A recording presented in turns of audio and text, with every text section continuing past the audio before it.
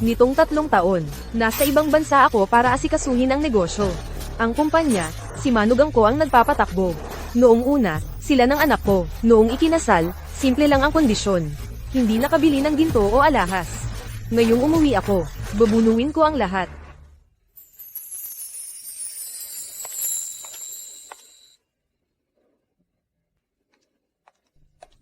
Maligayang pagdating. Ano po ang maitutulong ko? Pakisuyo, tingnan ninyo ito, ang pinakamahal na ginto o alahas sa tindahan ninyo.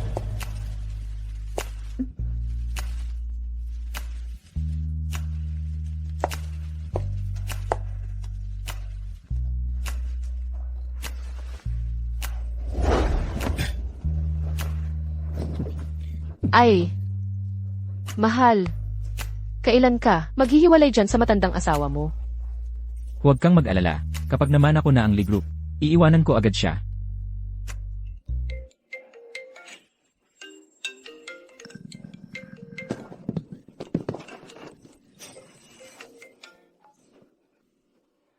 Nanay, Umuwi na ako. ano? Umuwi ka na? Bakit ka kinakabahan? Baka may ginawa kang kalokohan. Hay hindi, wala. Ibigay mo ang telepono kay Ruosia. Gusto kong makausap ang aking manugang, ng ilang sandali. Siya. Nasa biyahe siya. Ay, nasa biyahe na naman siya. Ang kumpanya nitong mga taon, si Ruosia lang ang bumubuhat. Hindi mo ba siya matutulungan kahit konti? Ruxia. Pag tumawag ka, si Ruxia agad. Nakalimutan mo na ba? Ako ang tunay mong anak. Sino bang nagutos, na maging kaakit-akit ang manugang ko? Anong tunog yan? O wala namang tunog, maling pagkakarinig lang yan. Li Qihang, binabalaan kita. Kapag nalaman kong may ginawa kang, hindi maganda kay Ruosia, paalisin kita agad sa bahay na to.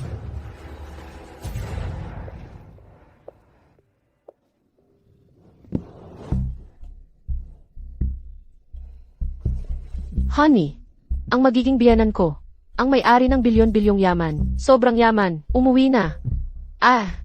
Ngayong umuwi siya.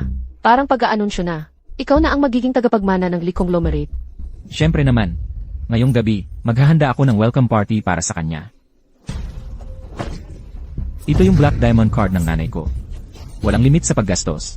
Gamitin mo to para bumili ng regalo para sa kanya. Ibigay mo sa kanya. Kapag natuwa siya, baka pumayag na. Hiwalayan ko na yung babaeng yon. Salamat, honey. Pupunta na ako para bumili.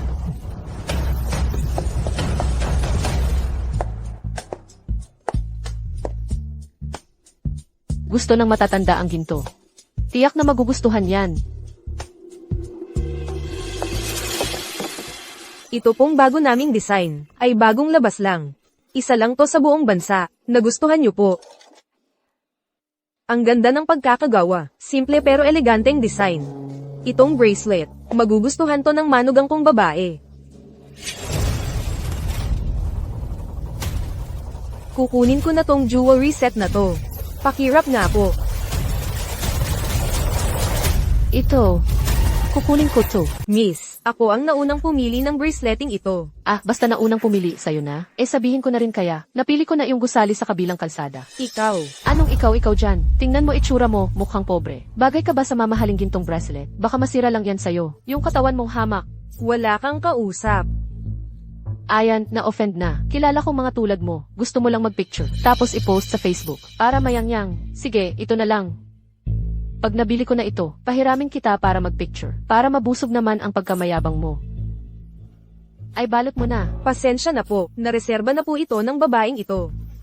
Ano ang sinabi mo? At hindi po ito nabibili ng mag-isa. Kasama po ito sa set ng mga alahas, na sabay-sabay bibilhin.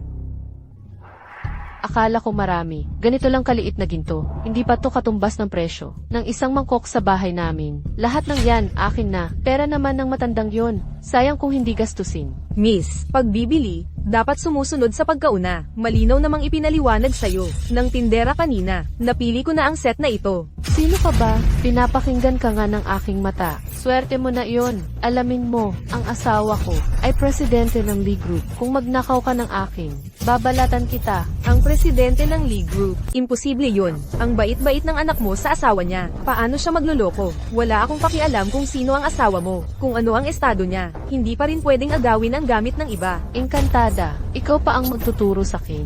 Huling tanong ko na ito sa'yo. Ang pulseras na ito, ibibigay mo ba o hindi? Ang daming pulseras sa tindahang ito. Bakit kailangan mo pang kunin ang akin? Bakit? Dahil ako ang may-ari ng League Group sa buong Haicheng. Kahit anong gusto kong makuha, ay makukuha ko. Ang may-ari ng League Group. Ano, natatakot ka na? Pero naaalala ko, ang may-ari ng League Group ay si Feng Rooksha, isang babae ng may pinag-aralan at ugali. Ikaw, malayo ka ron. Inahamon mo ako, maniwala ka. Papapatayin kita ng asawa ko. Nasasailalim tayo sa batas ngayon.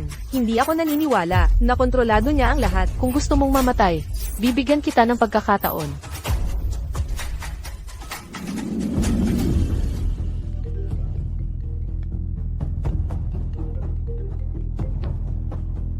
Hoy, honey. Baby, anong nangyari? Napili mo na ba ang regalo? Boses ni Li Qihang.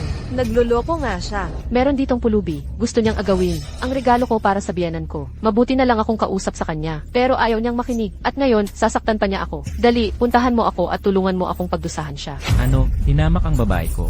Hintayin mo, dadalhan kita ng mga tauhan. Narinig mo, ang asawa kong mayaman. Papunta na rito. Mamamatay ka. Sige, gusto kong malaman kung ano ang magagawa niya sa akin. Ang boses na yon, nanay. Ay, dyan ka na lang sa kama umiyak. Ang dami-daming tao dito.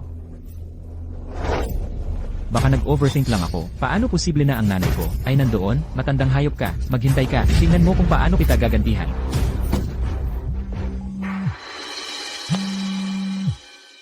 Pangulo, si Ili ay nasa hotel. Naghandog ng piging para sa iyong pag-uwi. Nasaan po kayo ngayon? Pupuntahan ko kayo. May ginagawa ako, ipagpaliban ng piging ng 2 oras.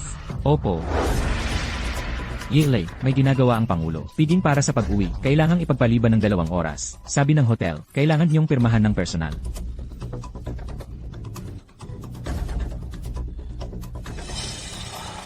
Yan, piging para sa pag-uwi ng nanay ko. May konting problema, kailangan kong puntahan at ayusin. Isang dukha lang naman yan, bigyan mo lang ng kaunting pera para mapaalis. Huwag mong hayaan siyang makagambala sa ating mahalagang gawain. CJ, alam ko na. May bigla ang gawain ang asawa ko kaya hindi makakapunta. Swerte mo.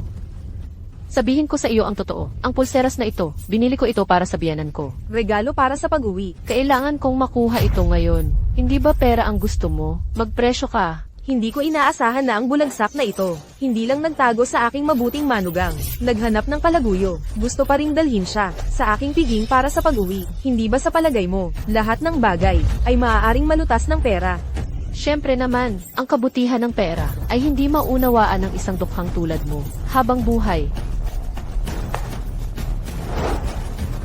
Basta ngayon, ipaubaya mo sa akin ang pulseras na ito. Grabe na, sobrang abuso na. Mas mabuti ngayon na, humingi ka agad ng tawad sa akin. Kung hindi, Sinisiguro ko, magdudusa ka talaga. magdudusa.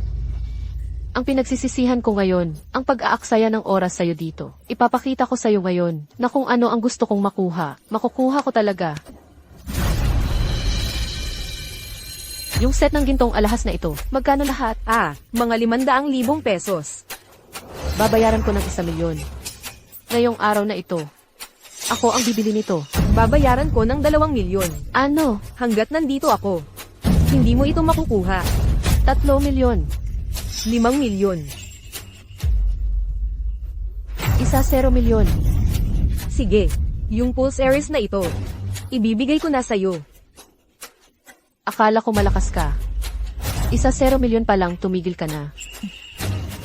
Ngayon, pwede na ba akong magbayad? Hindi ba ito yung Black Gold supplementary card ko? Gagamitin ng masamang babae ang pera ko para bilhan ako ng regalo. Li Qihang, talagang napakabuti mong anak sa akin. Yumayan ang ibinigay ito ng ginang na ito. Sa inyo, syempre pwede.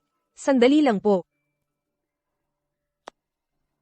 I-deactivate agad ang supplementary card ko. Na-deactivate na ang card na ito. Ano? Paano nangyari yan? Subukan mong iswipe ulit. Na-deactivate na ang card na ito.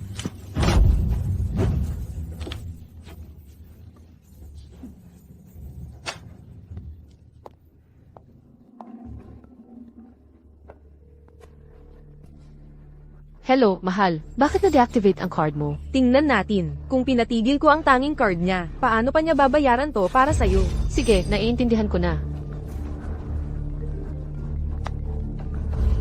Hello, ma. Bakit mo din activate? Yung supplementary card na binigay mo sa akin. May problema ka. Wala naman, pero... Ang asawa ng presidente ng malaking league group, hindi pa pala makakakuha ng 10 milyon. Baka peke ka. Anong sinasabi mo? Kung hindi ako ang asawa ng presidente, ikaw ba? Hintayin mo. Papadalhan kita agad ng 1-0 milyon ng asawa ko. Sige, maghintay-hintay na lang tayo. Naipasok na, 10 milyon. Pero iisa lang ang bank card ni Lee Ki-hang. Paano niya nakuha ang ganitong kalaking halaga? Saan ba siya kumuha ng ganito karaming pera? Nakita mo na, 1-0 milyon. Para lang yan sa isang kainan. Hindi ba kaya kong ipakita? Malamang hiningi niya sa biyenan niya. Hindi ko akalain na ganito pala kasayangero itong lalaki. Ang walang hiya talaga. May mukha pa siyang humingi ng pera sa asawa niya para bumili ng gamit sa kabit niya. Mukhang kailangan ng linisin ang mga hindi kanais-nais na elemento sa pamilya. Bayaran. Matagumpay ang pagbabayad. Sandali lang po, tutulungan ko kayong ibalot ang inyong mga gamit. Ganda, naaalala ko na yung matandang mukha mo. Huwag kang magpakita sa harap ko. Sa daan. Kung hindi, hindi kita palalampasin. Baka hindi matupad ang gusto mo, kung walang mangyayaring hindi inaasahan. Sa ilang araw, magkikita ulit tayo. Ikaw, ito po ang inyong mga gamit. Pwede niyo pong tingnan. Hindi na kailangan. Mga mumurahin lang naman ito. Hindi ako tulad ng iba na makunat sa pera. Sana sa susunod na magkita tayo. Mahal, Hoy, tapos na ba yung problema?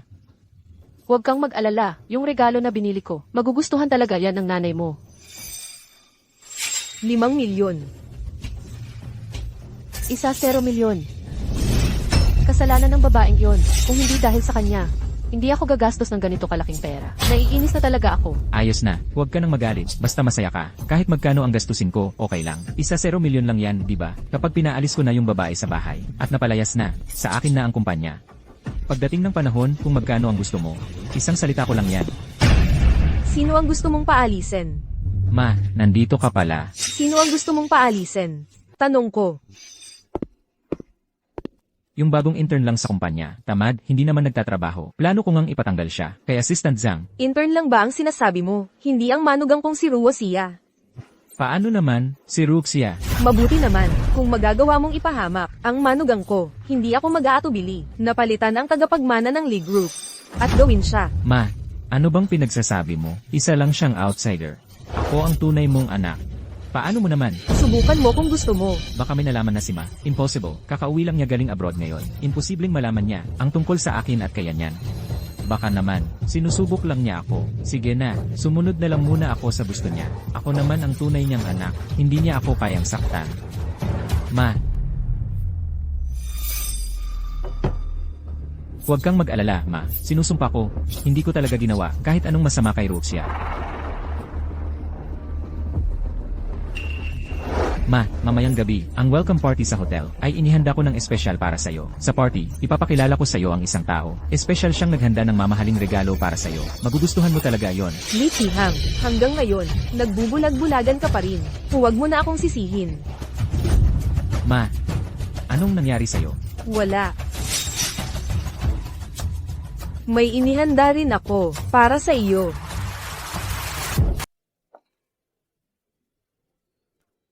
Chairman Chen, ang dami mong ginagawa, nakakauwi ka na rin. Mr. Zhang, kamusta ka na? Mga 3 taon na tayong di nagkita, di ba? Ang laki ng pagbabago mo. Muntik na kitang di makilala. Oo nga. Nitong 3 taong ito.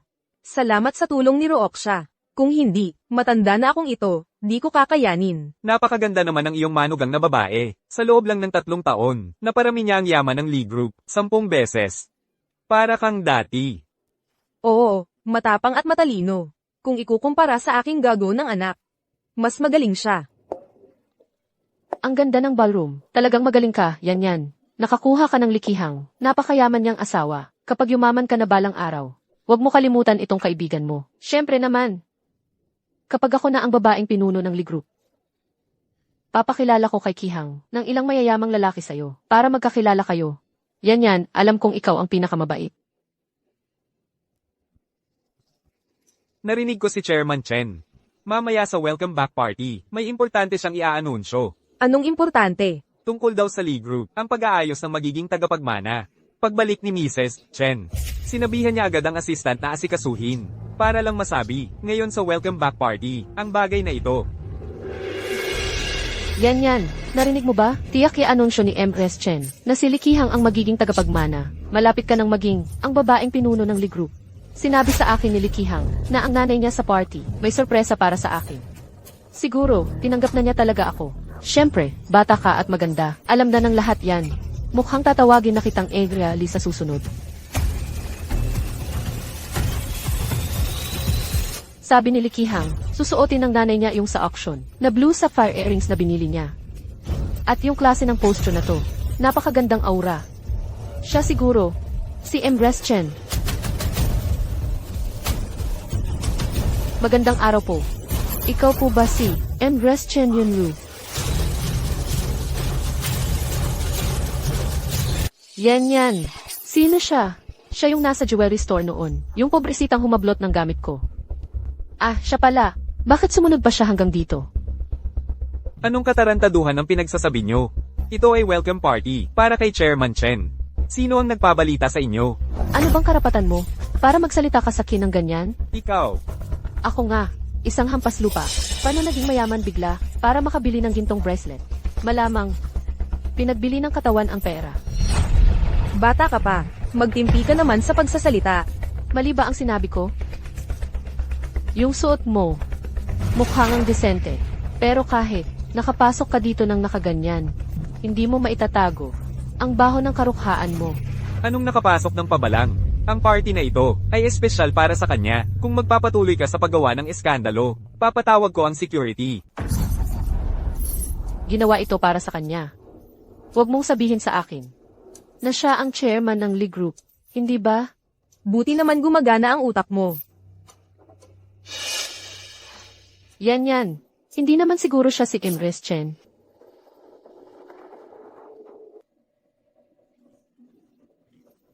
Naniniwala ka talaga? Ano bang ibig mong sabihin? Hinuhulaan lang ba nila? Siyempre naman. Matandang halimaw. Hindi mo man lang tiningnan ang sarili mo. Ang itsura mo. Nagpapanggap ka pa bilang si Empress Chen. Huwag kang magmalaki. Ikaw na lang ang mag-alaga sa sarili mo. Anong klaseng ibon ka? Walang makakakitang hayop. Dilat ang iyong mga mata at tingnan mo. Ano ito? Singsing ng pinto ng angka ng mga Lee. Yan. Na-offend natin si Empress Chen. Ano na ang gagawin natin ngayon? Impossible. Imposible, maginoo ang estado ni Empress Chen. Ang mga taong nasa paligid niya, tiyak na magsusumiksik para makipagkaibigan. Ngayon, isa lang ang nasa paligid niya. Matandang lalaking walang kwenta. Ikaw. Tama, ikaw, matandang lalaking walang kwenta. Tiyak na pinadala niya ito para magpanggap. Minsan, hanga ako sa imahinasyon ninyo. Huwag kang magsalita ng pabalintong dito. Maginoo ang estado ni Empress Chen. Paano posibleng magmukhang isang babaeng mainit ang ulo? Sa harap ng maraming tao, makipag-agawan sa akin ng gamit. So, inaamin mo na, noon sa jewelry shop, ang ginawa mo ay isang babaeng mainit ang ulo. Hinahamon mo akong sabihin iyan? Naniniwala ka bang papatayin kita? Yan, okay ka lang. Matandang hayop. Hinahamon mong sampalin ako. Guardia. Opo. May dalawang nakapasok ng patago dito. Masamang elemento na nanggugulo. Dali-dali kayo. Lumapit at paalisin siya. Ang lakas ng loob mo. Naglakas loob pa sa homecoming party ni Chairman Chen na maggulo. Sa palagay ko, ayaw nyo ng mabuhay. Mrs. Ano ang tawag ninyo sa kanya? Lesiu. Ikaw pala ang sinasabi ni Kuya Kihang. Ang tinutukoy, si Feng Ruoxia na babaeng mukhang dilaw. Kayo ay talagang katawa-tawa. Dahil akala niya ako si Rooksha, kaya tutulungan ko muna ang aking manugang na makipagkita sa kanya. Ikaw ang dinala ni Lee Kihang. Siyempre, sinabi sa akin ni Kuya Kihang, matagal na niyang hindi ka mahal. Sabi niya, hintayin ang anunsyo ni Empress Chen sa handaan. Siya ang ng grupo Lee, pagkatapos maging tagapagmana. ay itatapon ka na sa labas. At pagkatapos ay pakakasalan ako ng marangya. Lee Ki-hang, pinaghirapan mo ang paghahanda nito para sa akin. Handaan para sa pag-uwi. Ito pala ang layunin. Sigurado ka ba? Tiyak na magiging tagapagmana si Lee Ki-hang. Siyempre, Sa mga nakaraang taon, ang Angkan Lee ay umaasa lamang sa akin. Kumpara kay Lee Ki-hang na walang kwenta. Sigurado ako. Ang tagapagmana ng Grupo Lee. Ako lamang ang karapat-dapat. Lesiu, nangangarap ka lang yata. Paano maaaring iwan ni Empress Chen ang kanyang sariling anak na lalaki at ilagay ang kanyang pinaghirapan na karera sa kalahati ng buhay sa mga kamay ng isang dayuhan na tulad mo?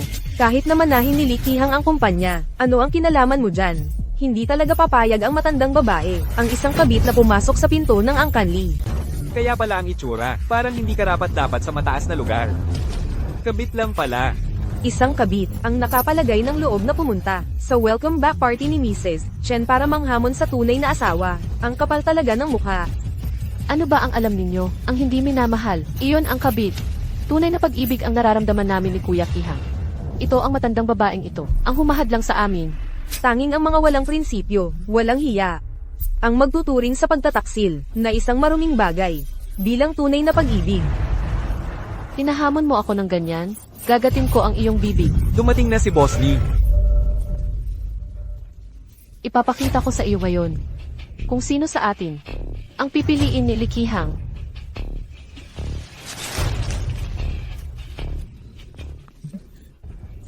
Honey, siya. Inapin niya ako. Ma, Ano ang tawag mo sa kanya? Ki-ang. Hindi ba siya ang asawa mo? Bakit mo siya tinatawag na nanay? ano ang sinasabi mong kalokohan? Nanay, ano ba talaga ang nangyayari? Itong matandang babae, siyang tunay na ina ni Lee Ki-hang. Kung ganun ang trato ko sa kanya dati, hindi ba yun ang katapusan? Ikaw ang nag-ayos ng homecoming banquet na ito para sa akin. Para lang magdala ng ganyang klaseng tao. Nakakadisgusto sa akin. Hindi pwede. Ang magandang oportunidad na pinaghirapan ko, hindi dapat mawala lang ng ganito. Nanay, pakinggan mo ang paliwanag ko, ako. Tita, alam kong mali ako. Huwag mong sisihin si Ki-hang. Ako ang hindi maunawain. Sinasaway mo ako. Dapat lang. Ang galing ng pag-arte. Sayang kung hindi mag-artista. Tumahimik ka, ang usapin ng pamilya namin, kailan naging turno mo na magsalita? Ang pamilya namin ay walang ganyang, walang hiya. Nanay, ako ang nag-imbita kay Yan na pumunta. Kahit na may nagawa siyang mali, hindi mo dapat ibinuhos ang alak. Lee Ki-hang, dahil lang sa sinabi niya. Ikaw ay naninisi sa iyong sariling ina. Wala ka bang konsensya? Nanay, Kuya Ki-hang, ako po ang nagkamali. Nabuhusan ko ang sarili ko ng alak. Wala pong kinalaman si Ginang Chen. Ngayon ay ang handaan para sa pag-uwi ni Ginang Chen. Ayokong dahil sa akin, kayo pong mag-ina ay nag-aaway.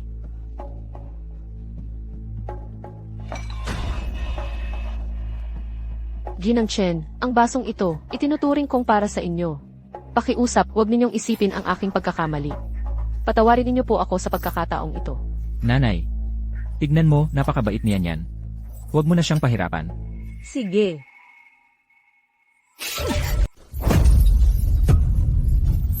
Nakita mo ba?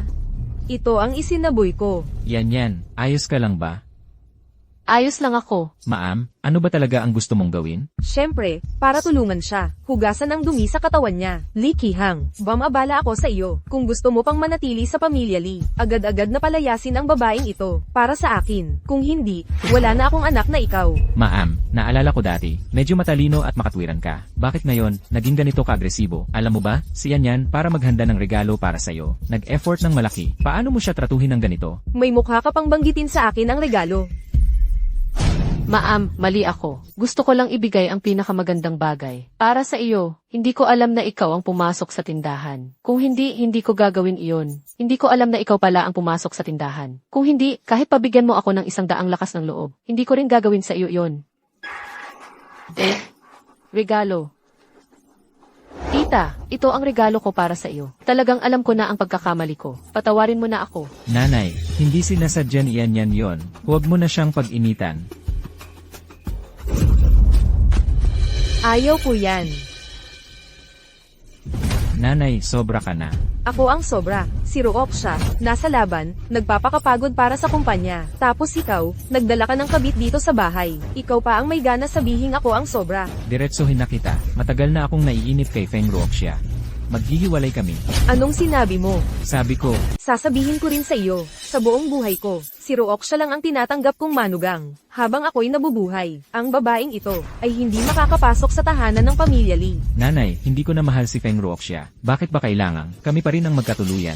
Hindi mo na siya mahal, nang ikaw ay wala, at nagmakaawa kay Rooksha na pakasalan ka. Bakit hindi mo sinabing hindi mo siya mahal, nang ang negosyo mo ay bumagsak, at umutang na lubog sa leeg? Si Rooksha ang kumayad para makakuha ng puhunan, at nanghihiram sa lahat ng kakilala. Bakit hindi mo sinabing hindi mo siya mahal? Ako, Ngayon mo lang sasabihing hindi mo siya mahal.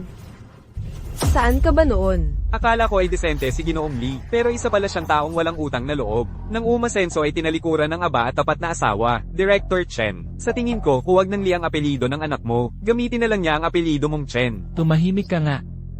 Inay, alam kong napakarami ang ginawa ni Ruoxia para sa pamilya natin sa mga nakaraang taon. Pero ngayon, wala na akong nararamdaman para sa kanya. Kahit pilitin pa nating magkasama, hindi tayo magiging masaya. Tita, tunay ang pagmamahal namin. Ni Kuya Kihang at ako. Bigyan niyo po kami ng basbas. Tunay na pagmamahalan. Lee Kihang, tatanungin kitang muli, sigurado ka bang maghihiwalay kayo ni Rooksha? At pakakasalan ang babaeng ito? Sigurado ako. Sige. Payag ako. Talaga? Lahat ng mga ari-arian na nasa pangalan mo, ang bahay, ang kotse, pati lahat ng shares mo, ibibigay mo kay Rooksha. Ikaw, aalis ka nang walang dala. Ako ang presidente ng Lee Group. Lahat dito ay akin. Bakit ako dapat mawalan ng lahat? Dahil ito ay ang utang ko sa kanya. Nitong mga nakaraang taon, pinakain ko siya ng mabuti. Tiningnan ko siya bilang isang reyna. Ano pa ang kulang sa kanya? At saka, ano ba ang halaga ng mga sakripisyo niya noon? Itong mga nakaraang taon, yung magarang buhay na ibinigay ko sa kanya, ay higit na sapat ng kabayaran sa lahat ng ginawa niya. Tama, kahit noon pa man, kung hindi siya sumunod kay Kuya Kihang, maghihirap din siya. Pero kung sa iba siya sumunod, baka hindi siya magkaroon ng ganito kayang buhay ngayon. Magkakasama kayong mga sekim. Kung ganoon, huwag kayong magsisi. Attorney Zai. Ito ay ang notaryadong kontrata ng paglilipat ng shares. Kapag pumirma na si Rooksha, magiging siya na ang chairman ng Lee Group. Ma, anong kalokohan to? Sinabi ko na, kapag ginawan mo ng masama si Rooksha, palitan ko ang tagapagmana. Siya ang ipalit. Ma, ako lang ang anak mo, isang anak na lalaki. Paano mo nagawa ito sa akin? Kahit naganap na-offend ang matandang babaeng ito. Ngayon, kailangan kumapit ng mahigpit kay Lee Kihang. Basta't maipamana sa kanya ang Lishai Group. Ako pa rin ang may-ari ng Lishai Group. Mukhang nalilito ka na dahil sa edad. Lee Kihang, ang tunay na, tanging legal na tagapagmana. Anong karapatan mo na ibigay ang kumpanya sa iba? Tama, maraming shareholders ang kumpanya. Siguradong hindi sila sangayon. Ibinigay mo ang kumpanya sa isang dayuhan. Kapag pinalala mo ako, baka magdulot ito ng kapahamakan sa ating lahat. Hamon. Nanay, tingnan mo, tumatanda ka na. Panahon na para magretiro. Basta ibigay mo lang sa akin ang shares mo. Siguradong pipili ako para sa'yo ng mas magandang retirement home para mag-enjoy ka sa huling bahagi ng buhay mo. Gago ka. Huwag mong kalimutan, ako lang ang anak mo. At ako pa rin ang inaasahan mong mag-aalaga sa iyo hanggang dulo. Pinagbantaan mo ako. Ang galing-galing mong anak. Ikaw ang nagtulak sa akin dito. Binibigyan kita ng 3 minuto. Palitan mo ang pangalan sa stock contract ng pangalan ko. Kung hindi, huwag kang magalit kung ano ang gawin ko. Lee Kihang.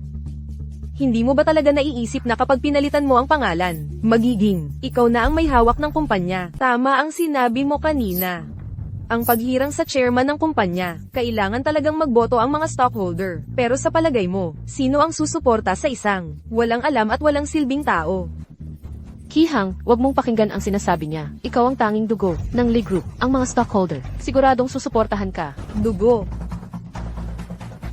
Ang tanga-tanga mo talaga. Kihang, tignan mo siya. Ang negosyante, kapakinabangan ang habol. Ang gusto nila ay tiyak na tubo. Kung sino man ang mamumuno, o ano ang apelyido.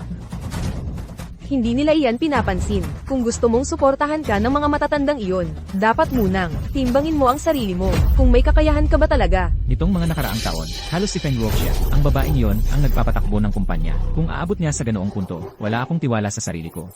Nanay, nagbibiro lang ako. Huwag kang mag-alala, susundin ko ang sinasabi mo. Magiging mabuting anak ako sa'yo. Kung ganun, hindi mo na ako ipapadala sa home for the aged.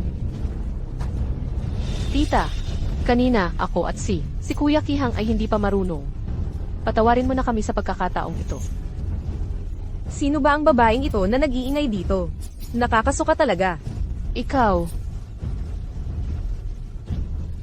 Nanay, alam kong galit ka lang kanina. Mahal mo ako palagi. Tayo lang ang tunay na pamilya. Ang kontrata ng paglilipat na hawak mo, para sa akin talaga yan, tama ba? Ang kontratang ito ngayon, talagang para sa iyo ito. Ngunit ngayon, para sa interes mo. Iniiwan mo ang iyong asawa. Hindi mo pinapansin ang iyong sariling ina. Kaya lubusan akong nagbago ng isip tungkol sa'yo. Talagang imposible. Nahahayaan kong ang pinaghirapan kong kabuhayan sa karamihan ng buhay ko ay masira sa kamay mo. Inay, mali ako. Paano ko naman kayo papabayaan? Siya yon. Ang babae lang na ito ang nag-udyok sa akin. Kuya Kihang, paano mo magagawang sabihin yon tungkol sa akin? Tumahimik ka. Inay, nanunumpa ako. Talagang alam kong mali na ako. Sa hinaharap, hindi na ako makikisalamuha sa kanya. Magiging mabuti akong makikipamuhay kay Roxia. Nakikiusap ako, bigyan niyo ako ng isa pang pagkakataon. Talagang alam kong mali na ako. Hindi na ako makikipag-ugnayan sa kanya. Magiging mabuti akong kasama kay Roxia sa buhay. Nakikiusap ako, bigyan mo pa ako ng isa pang pagkakataon. Alam ko na talaga ang mali ko. Pwede ba? Tumayo ka muna. Alam ko na, hindi talaga ako kayang pabayaan ng nanay ko. Basta magpakumbaba lang ako sa kanya, mag-ilang salita ng pakiusap, tiyak na ibibigay na niya ang kumpanya sa akin. Mabait na anak. Hindi mo alam ang pagkakamali mo. Alam mo na kung hindi ka pa magsisi. Ang kumpanyang ito ay hindi na magiging sa iyo. 3 taon akong nasa ibang bansa, kung hindi dahil kay Roxia, na nag-asikaso ng kumpanya. Ang kumpanya ay matagal nang nawasak sa iyo. Sa palagay mo ba? Papayagan ko ang ganoong bagay. Pasensya na, nakakahiya sa inyong lahat. Ang usapin ng pamilya ng mga Lee. Maayos namin ito. Pero gusto ko ring malaman ng lahat. Ang aming Lee's Group ay laging naghahangad ng galing, hindi ng koneksyon. Kung may kakayahan ka, maaari kitang bigyan ng sapat na plataporma upang mailabas mo ang iyong galing. Kung wala kang silbi, kahit anak ko pa, walang magiging pribilehiyo. Ina, talagang ganyan ka ba? Katigas sa paggawa nito. Lee Kihang. Mula bukas, huwag ka nang pumasok sa kumpanya. Mag-isip-isip ka muna sa bahay. Chen Yunru, ikaw ang nagtulak sa akin dito. Pasok. Lee Kihang. Chen Yunru, ikaw ang nagtulak sa akin dito. Pumasok ka. Lee Kihang. Anong balak mo? Di pa nakaka-recover ang nanay ko sa jet lag. Ipauwi niyo siya at magpahinga ng ilang araw. Opo. Subukan niyong ang galawin ako. Ina, ako ang anak mo. Sa tingin mo ba, dahil kilala kita, wala akong kahit anong paghahanda? Kapag inilipat mo sa akin ang shares mo, mananatili kang ina na iginagalang ko. At patuloy akong magpapanggap na mabuting anak. Mag-aalaga sa'yo. Hanggang sa huli, Panaginip lang yan. wala kang magagawa.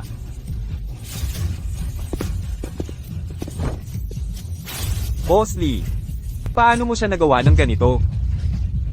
Anong kinalaman mo? Hawakan niyo siya. Ang mga nangyari dito ngayon. Kung sino man ang magbunyag kahit isang salita, pananagutan niyo ang kahinatnan. Walang batas-batasan talaga. Dalhin niyo sila pababa. Lee Kihang. Magdudusa ka sa huli. Ang ingay.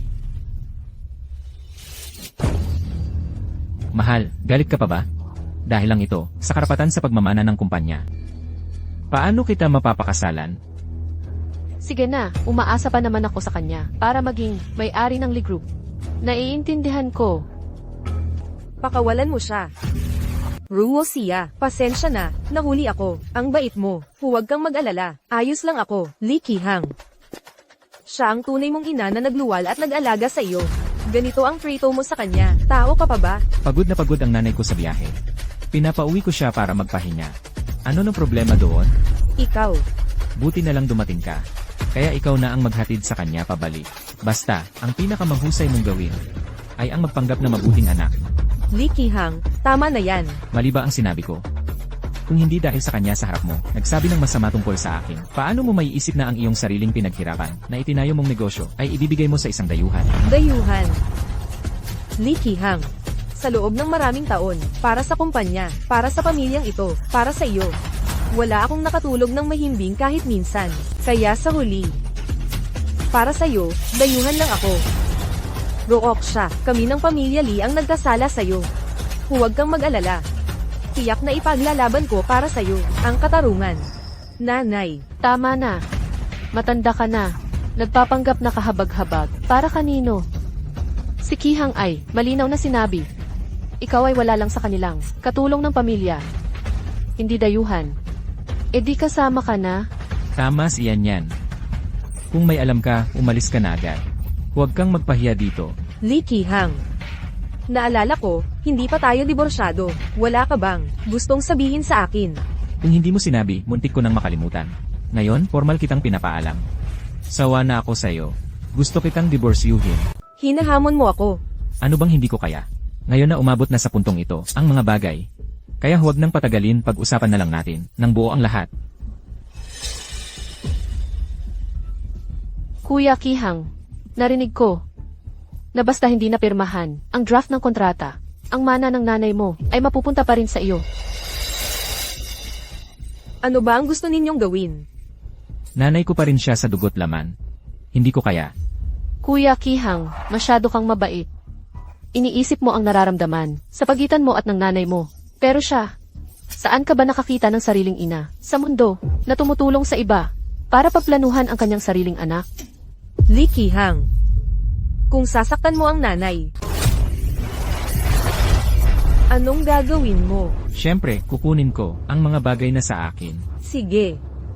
Anak ka talaga ng ina mo. Tigilan mo yan. Punitin mo. Magsisisi ka talaga. Kuya Ki-hang, huwag kang makinig sa pananakot nila.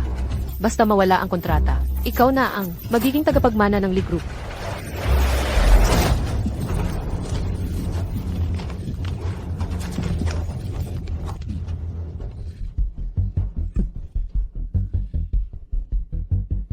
Hindi mo ba gustong malaman kung sino ang nakalagay sa kontratang ito? Impossible, nagluloko ka lang. Tingnan mo na lang mismo.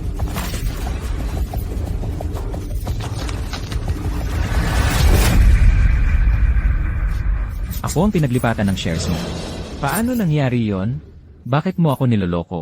Kung hindi kita niloko, paano ko makikita ang napakagandang palabas na ito? Lee Ki-hang, ang huling pagkakataon mong mana ng Lee Group ay sinira mo mismo. Ma, ako ang totoong anak mo. Paano mo nagawang gawin ito sa akin? Oo. Ikaw ang totoong anak ko. Matinding hirap ang dinanas ko para palakihin ang anak na to sa loob ng mahigit 20 taon. Hindi ko inakala na ang sarili kong pinagpalang bata ay naging panaksak sa akin. Ina, hindi ako. Hindi ko sinasadya na saktan ka. Kung sinabi mo lang sa akin ng mas maaga, na para sa akin ang kontratang hawak mo, paano ko magagawa sa iyo ang ganito? Ina, ganito na lang. Pirmahan mo na itong kontrata. Para parang wala na lang ang nangyaring ito. Nanay mo pa rin ako, aalagaan pa rin kita ng mabuti. Ha? Lee Ki-hang, masyado akong nagkulang ng pagtingin sa kapal ng mukha mo. Pirmahan mo na. Pirmahan mo na, pirmahan mo. Tama na. Gusto mong mamatay? Huwag mong kakalimutan, bago kayo ikinasal, pumirma ka ng kontrata. Ki-hang Judge, anong kontrata? Nakasulat sa kontrata. Kapag nagloko ka, lahat ng iyong ari-arian ay mapupunta lahat kay Rooksha. Lee Ki-hang, totoo ba ang sinasabi niya? Sino ang nagsabing ako'y nangangaliwa?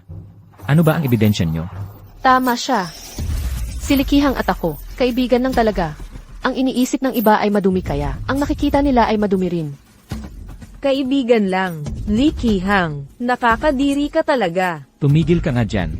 Kung wala kayong ebidensya, ang kontratang nilagdaan dati ay basura na lang. Ano pa ang magagawa ninyo sa akin? Sasabihin ko sa inyo, napalibutan ko na ang lugar na ito. Kung hindi ka maglalagda, sa kontrata dito ngayon, walang aalis dito.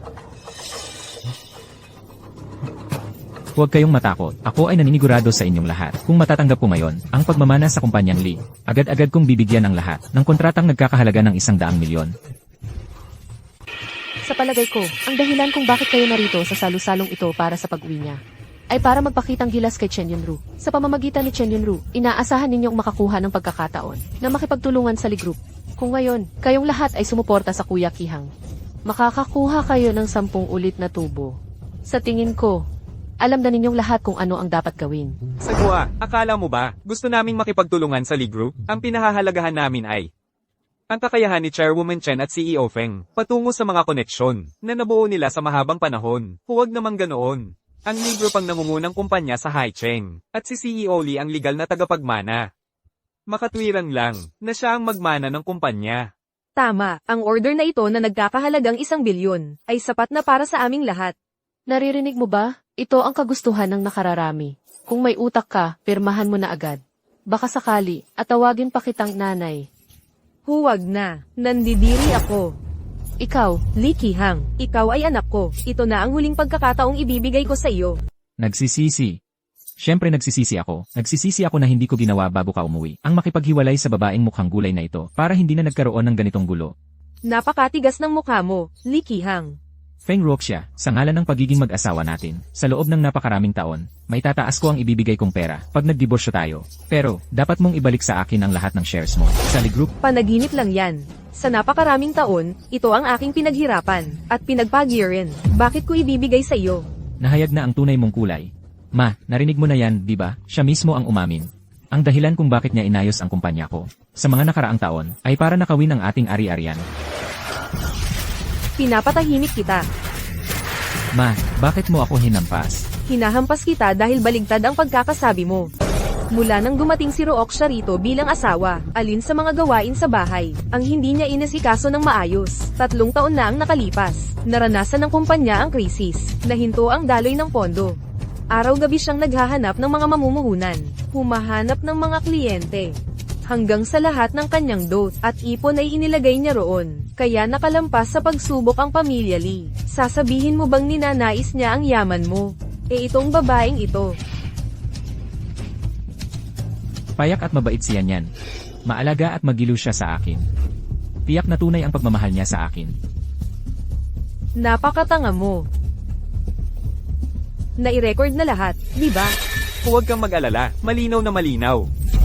Ano ang inirecord mo? Siyempre, ebidensya ng pangangaliwa mo. Ma, niloko mo ako. Ano ba tong video na ito? Pwede ring sabihin na edited lang yung video mo, na edited lang. Ito. Ikaw, nagpasundalo ka sa akin. huwag tumingin. Huwag kayong tumingin. Akala ko ba seryoso si Boss Lee, pero ang landi pala sa personal. Ngayon ka lang nahiya. Saan ka nung una? Oo nga. Maganda ang katawan ng babae. Hindi lang si Boss Lee. Ako rin gusto ko. Akala mo ganoon pa rin ako, yung sunod sa Niren lang sayo, at madaling kontrolin. Sa mahabang panahon, ilang taon na akong naghihirap sa negosyo, dinala ang Liz, sa gitna ng unos. Akala mo ba, hindi ko napapansin ang pagbabago ng taong katabi ko sa kama? Rooksha, nalungkot ako sa iyo nitong mga nakaraang taon. Hindi, Nay. Ang bait niyo po sa akin nitong mga nakaraang taon, nasa puso ko po ang lahat. At ang dahilan kung bakit ako nanatili sa pamilya Lee, ay para lang maibalik ang kabutihan niyo po, tungkol naman kay Lee Ki-hang. Ang buhay mong pribado, wala akong pakialam, pero, hindi mo dapat saktan si nanay. Paano nangyari yan? Di ba noong nakaraan lang? Di ba sobrang sweet mo pa sa kanya? Parang kumakapit sa isa't isa. Kung hindi ganoon, paano ako magdadalang tao? Paano ko mapapagawa sa'yo? Na, ama, at anak. Ikaw, Rooksha, totoo ba talaga? Tama. Buntis ako. Ang ganda. Eddie. Magiging lola na ako. Paano ito nangyari? Buntis pala ang babaeng ito. Kaya, sa tingin mo, anong, lamang mo pa ngayon, para makipagkumpetensya sa akin para sa league group? Ako. Nay, tulungan niyo po ako. Ako lang ang anak niyo. Hindi ako pwedeng umalis ng walang daladala. Huwag mo akong hawakan. Wala akong anak na tulad mo. Nay, hindi niyo po pwedeng gawin ito sa akin. Alam kong mali ako. Nakikiusap ako, bigyan niyo po ako ng isa pang pagkakataon. Pwede po ba? Marami na akong beses na binigyan ng pagkakataon. Narito ka na ngayon. Ikaw mismo ang may kasalanan nito. Kihang, ayos ka lang ba? Yan. Ikaw pa rin ang mabait sa akin. Pasensya na sa inyong lahat. Ngayon, alam ng lahat, nalaman na ninyo kung saan kayo. Director Frank, anong ibig sabihin nito? Kayo at Director Chen ay may kakayahan. At matapat, kami ay palagi. Gusto naming magpatuloy ng pakikipagtulungan sa inyo. Tama. Bago kami dumating, ang aming matandang si Jishu, espesyal na inutusan, dapat talagang makipag-usap sa inyo at kay Director Chen. Mag-usap ng mabuti, ang mga susunod na isyu sa proseso ng produkto. Kayong mga oportunista, hindi na panahon para magpalapit sa akin. Hindi pwede. Sa kanya, kay Likihang, gumugol ako ng maraming pag-iisip. Hindi ko pwedeng hayaan na ganito na lang. Mawala ng walang saysay. Director Lee, dati naming pinupuri ka. Akala namin makakamit mo. Ang tagapagmana ng Lee Group, hindi namin inaasahan na ngayon. Ikaw ay isang taong walang kwenta. Sabihin mo ulit yan. Kihang, huwag kang magpadalos-dalos. Makinig ka sa akin. May pag-asa pa tayo. Anong ibig sabihin? Dahil, gusto niyang gamitin ang anak sa kanyang sinapupunan. Upang agawin ang iyong karapatan sa pagmamana. Anong gusto ninyong gawin? Hindi ba nahulaan ninyo na? Li Qihang, kahit mabangis na hayop, hindi kumakain ng sariling anak. Paano mo natitiis na saktan ang sarili mong anak? Yan. Sarili ko namang anak ito sa huli. Huwag mo siyang saktan. Nabaliw ka ba? Kapag nawala na ang maliit na ito, ikaw na ang magiging chairman ng Lee Group. Pagdating ng panahon, gaanong karaming anak ang gusto mo? Kaya kong ipaglihi lahat sa'yo. Kuya Kihang, tingnan mo silang lahat. Paano kanila pinipilit? Ako lang ang buong puso. Nagpaplano para sa kinabukasan mo. Kuya Kihang, tingnan mo, paano kanila itinrato. Nanay mo, mas pipiliin pang tulungan ang iba kaysa sayo. Si Feng Ruoxia, lalo pang gumagawa ng paraan para lokohin ka. Pinalayas ng walang daladala. Ako lang ang tunay na nagmamahal sa'yo. Xiao Hang, huwag mong pakinggan ang kabulastugan ng babaeng ito. Kung magkakamali ka kahit isang hakbang, sira ang buong buhay mo. Umalis ka sa harap ko. Puntang impyerno ka. Ruoxia. Kihang, okay ka lang ba? Okay lang ako. Tumawag ng pulis. Ngayon din, sino man ang magdulot ng pinsala sa apo ko, gagawin ko ang lahat para siya'y makulong habang buhay. Kihang, tulungan mo ako. Ang lahat ng ginawa ko ay para lang sa iyo. Ma, wala naman nangyari kay Ruoxia at sa bata. Maawa ka naman. Patawarin mo na lang si Yan sa pagkakataong ito. Li Qihang, mukhang nawawala ka na sa sarili mo. Kakagat-kagat lang niya ang apo ko. Anak mo mismo to. Ikaw. Nagmamakaawa ka para sa taong ito. Ako. Kihang, nadala lang ako ng saglit na kalokohan. Alam mo naman ang nararamdaman ko para sa iyo. Sa mga nakaraang taon, nakalimutan mo na ba ang aksidente? 3 taon na ang nakalipas. Para iligtas ka, hindi ko na inalintana ang buhay ko. Sa ngalan ng pagliligtas ko sa iyo. Noong panahong iyon, tulungan mo naman ako ngayon. Ma, kung hindi dahil kay Yan noon, patay na sana ako. May utang na loob ako sa kanya. Para sa akin na lang. Patawarin mo na si Yan, Ma. Ang utang na loob sa pagliligtas ng buhay. Lin Qingyan, ang tagal mo namang nagpapanggap. Hindi ko maintindihan ang ibig mong sabihin. Ang aksidente sa kotse noon. Hindi ba't ikaw ang nagplano noon? Huwag kang magbintang ng walang basehan. Gaano kalala ang pinsala ko sa aksidente noon? Alam ni Kihang. Tama. Noon, naglalakad ako sa kalsada. Isang truck, biglaan itong bumangga sa akin. Si Yan ang hindi inalintana ang sarili niya. Itinulak ako palayo, pero siya ang nahulog sa tabi ng daan. Muntik nang hindi magising. Nagkataon lang yan. Kamakailan, wala akong magawa. Muling imbestigahan ko. Ang kaso noon, nakahanap ako ng isang nakakatuwang bagay. Ito ang footage ng surveillance sa lugar ng aksidente noon, at si Lin Qingyan ay nagbigay sa driver ng truck. Grabe ang pinsala. Pagkatapos, hindi mo man lang hinabol ang responsibilidad. Nagpadala ka pa ng 500,000 pesos sa nagkasala, maliban sa pag-upo ng hitman para pumatay. Wala akong maisip na ibang dahilan. Tumahimik ka. Hindi iyon pag-upa ng hitman para pumatay. Pinagawa ko lang sa truck driver, na dahan-dahang bumangga. Hindi papatayin. Ano ang sinasabi mo? Kihang, makinig ka sa akin. Hindi ganito. Kaya, ang nararamdaman mo sa akin ay panggagago lang pala. Kihang, hindi. Totoong mahal kita. Sila ang nagsisinungaling sa akin. Niloko mo ako. May nag-report na nagplano kang magpapatay na hindi natuloy. Sumama ka sa akin. Ako. Wala akong ginawa. Tulungan mo ako. Ayokong makulong. Pasensya na, nagkamali ako. Nakikiusap ako sa inyo. Patawarin ninyo ako ngayon, pwede ba? Isang beses lang, pwede ba? Lynching yan. Kapag nagkamali, dapat parusahan.